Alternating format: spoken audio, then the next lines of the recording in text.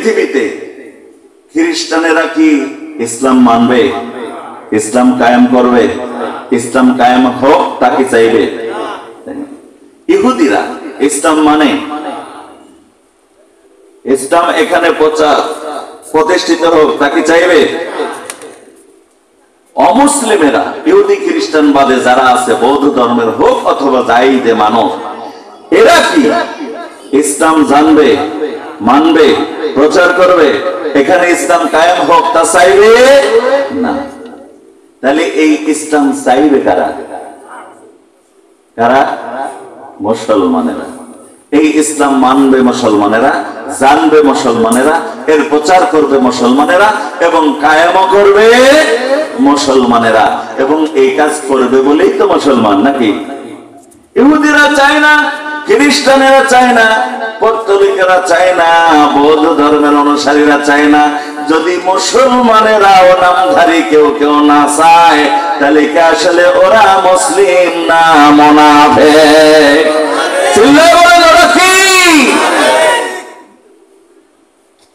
এখন আসুন, ইসলাম মানতে গেলে অনেক সময় সবার একরকমের হবে না, কিন্তু ইসলাম চাওয়া তো সকলের একরকম হওয়া লাগবে, নাকি? যিনি ধনী তিনি হজ করবেন, তিনি জাকাত দিবেন।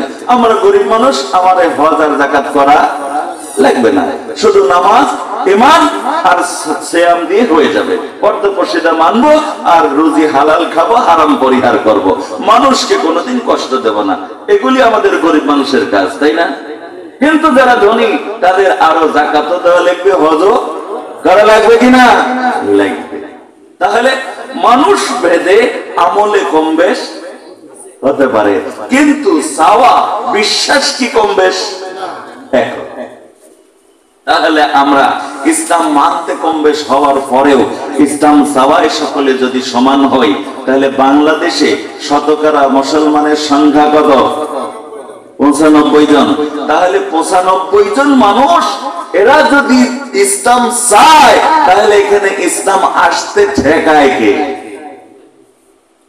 কথা কি আমি বোঝাতে পারলাম? তাহলে ঠেকে রয়েছে কার জন্য? অমুসলিমদের জন্য। কার জন্য ঠেকে রয়েছে? কার জন্য ঠেকে আছে? কথা কি আমি বোঝাতে পেরেছি?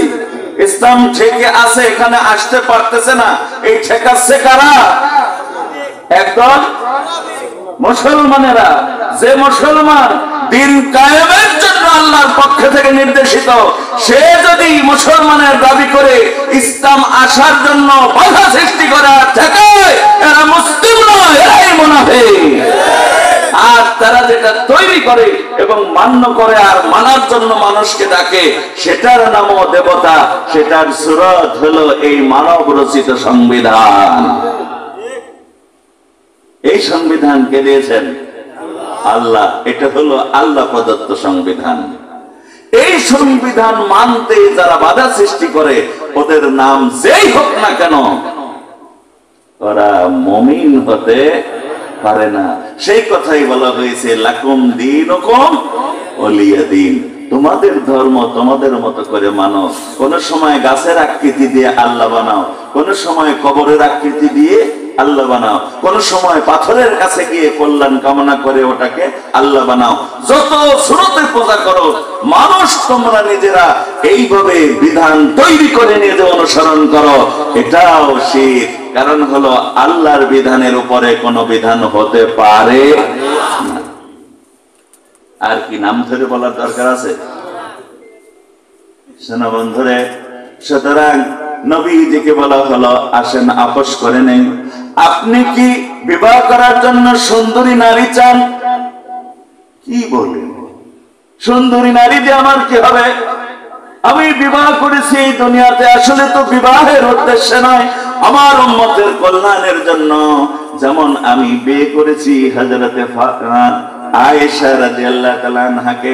যখন তার বিয়ে করলাম, তখন তার বয়স মাত্র 6 বছর। 6 বছরের শিশুকে বিয়ে করার মধ্যে বিয়ের কি স্বাদ আছে? 9 বছর বয়সে ঘরে তুলেছি, কি আছে এখানে?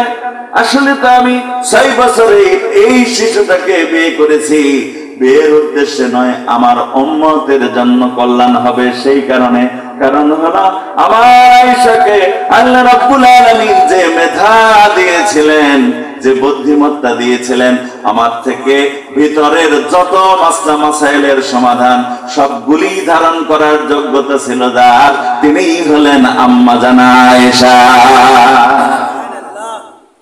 একদিন ওমর রাদিয়াল্লাহু তাআলা আনহু এবং আব্দুল্লাহ ইবনে আব্বাস রাদিয়াল্লাহু তাআলা আনহু দুইজনে মিলে আম্মাজান আয়েশা রাদিয়াল্লাহু তাআলা আনহার কাছে মাসলা শুনতে গিয়েছিলেন। ওমরের মতো যোগ্য পুরুষ উনিও মাসলা শিখে গিয়েছেন, শিখেছেন কার কাছে? সুতরাং উম্মতের এই মাসলাগুলি যাতে ধারণ করে রাখা যায়, সেই কারণে বক্তা আসতেছে লিল্লাহি দেবী লিল্লাহি তাকবীর প্রধান বক্তার আগমন পাবনাবাসীর পক্ষ থেকে লিল্লাহি দেবী। তৃতীয় বক্তা আমাদের যিনি ওই রাস্তায়, ওনার আগে আসার কথা ছিল, গাড়িটা রাস্তায় নষ্ট হয়ে গেছিল, কারণে উনি যথার সময় আসতে পারেন। আমি আপনাদেরকে যতটুকু কথা শোনাইলাম, এরপরে বলা হচ্ছিল যে একটু টাকা পয়সা চান, এসে গিয়েছেন এবং উনি পথের মধ্যে শুনেছি যে দুর্ঘটনার শিকার হয়েছেন। তো ভাইজান এখন সুস্থ আছেন? মাশাআল্লাহ, আলহামদুলিল্লাহ। আমি আশা করি যে উনি কিছু কথা বলার পরে টাকা পয়সা গুলো ওনার হাতেই দেন, তা না হলে পরিবেশটা একটু যেমন গঠন হয়েছে এলোমেলো হবে না, নাকি বলেন? না পয়সা যাবো, কি বলেন? যদি কেউ দিতে চান, উনি যেহেতু আমাদের মাঝে মেহমান হিসেবে এসেছেন, ওনার একটা সম্মানের জন্য। না না, সম্মান অসম্মান বড় কথা না, প্রতিষ্ঠান আমাদের সবার, নাকি? দরকার দরকার আল্লাহর ঘরে আল্লাহর গোলামেরা দান করবে, এটা আমার সম্মান অপমান কিচ্ছু নাই। আপনারা দিবেন আর আমি নেব সব।